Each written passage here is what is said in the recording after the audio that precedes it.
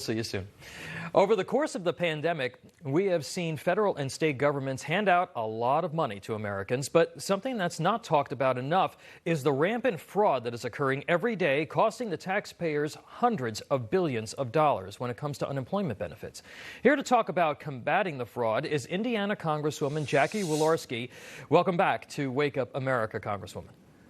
Thanks so much, Tom. It's good to see you this morning. Yeah, this is an issue that is already out of hand, and it's been going on since last summer. So we just dropped a bill, as you said, to start combating that as Republicans on Ways and Means. Yeah, you know, in the bill that you introduced, you said, quote, enhanced federal unemployment benefits are not only hurting our economic recovery, they are turning Americans into easy prey for fraudsters and criminals. Rampant unemployment fraud has cost taxpayers as much as $200 billion. Democrats don't really seem to care a lot about this. Why is that?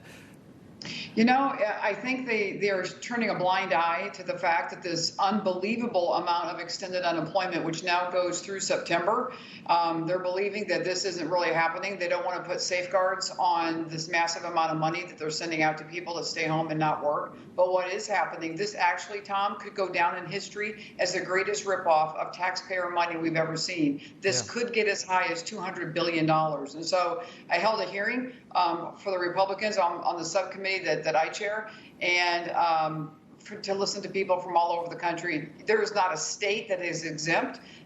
People in every single state in this country are finding out that they've been completely ripped off. And then when you talk about adding identity theft on top of that, this is almost impossible to get out of as well. So what we're saying to our fellow Democrats is, look, you know, if you're going to continue paying people to stay at home, get with us on this bill, because what this bill does, it adds safeguards on the front end, like identity verification to prevent fraud before it occurs. It strengthens the efforts to catch the criminals and recover those funds.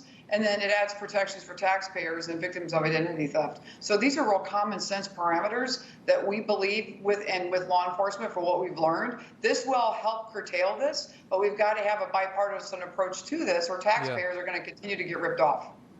Congresswoman, you know, there's also the issue of people who could go back to work and just choose not to, people who are not actively looking for work and have pulled themselves out of the workforce for an extended period of time, who aren't even in the Bureau of Labor Statistics numbers on unemployment because they've been such long-term unemployed.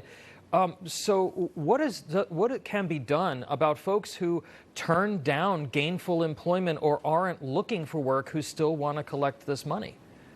Well, this is a classic case of Democrats slowing down the economy and refusing to move our economy, get it open, and continue to allow Americans to have prosperous lives. You know, I had a bill that basically said we'll pay you a bonus to go back to work if you go back to work by July.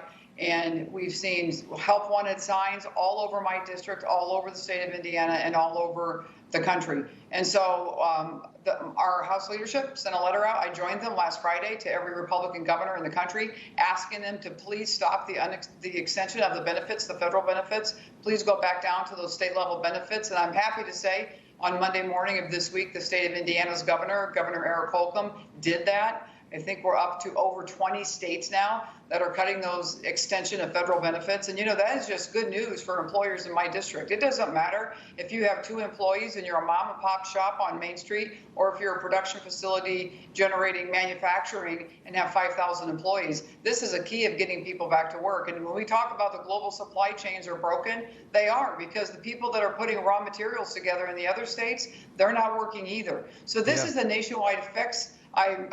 I'm thrilled that the state of Indiana is open and will discontinue those benefits in the next 30 days. I mentioned it last hour. You have 6 million manufacturing jobs that are open. You have about 3.4 million food service and retail jobs open. Between now and September, though, how do you really encourage people to get off the unemployment line and go and actually get back to work?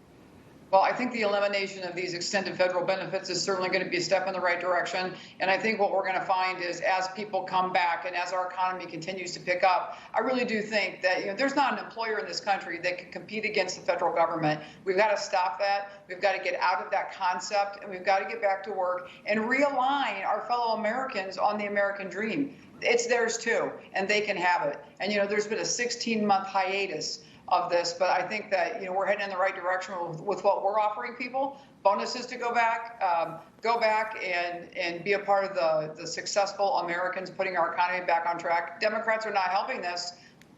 As you talked about with the fraud, Democrats aren't helping put parameters and stopping the fraudsters. And on this, you can make $17.50. You can make $17.50 an hour in the state of Indiana on both benefits, state and the federal extended benefits. It's hard for people to get people to come off of that. So, I think we're heading in the right direction. I'm optimistic because that letter to the governors has shown some good, productive results. Mm-hmm. And we're going to keep on with our message, which is everybody can go back to work. Everybody can be a part of this great nation to get our economy opened up and to get COVID in the rearview mirror behind us. Congresswoman, Nancy Pelosi and other Democrats have teased this idea of an extension past September. They've talked about additional stimulus payments because it's not just the unemployment benefits and the enhanced unemployment. It's also the child tax credits. It's also the direct checks, the $1,400 checks right. or the $2,000 checks. That all adds up in terms of income for people who don't want to actually go back to work and they want to live off the government.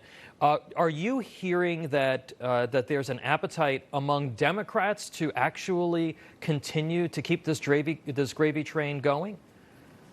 I would say that seems to be their mantra, Tom, is that we're just going to throw money out the window. We're going to pay people. I'm thinking, I think part of this has a political calculation that the more money you send to people, the more people will vote for you on the other end of this. There are legitimate cases. Don't get me wrong. There are people that really do need this, that are in a tough spot. But for Absolutely. the most part, this is all Democrats have done. And, what's going to come flying back at us that's already starting right now, which we haven't talked about, is inflation. The prices in this country are skyrocketing. So all these folks that have all this money in their pockets by next summer will probably have it taken out of their left pocket and their right pocket right back to the Democrats in tax increases. Yeah, so I don't see anything good coming from that. I see we need to move forward. Yeah, and inflation obviously means that your dollar does not go as far as it used to, certainly during the Trump administration.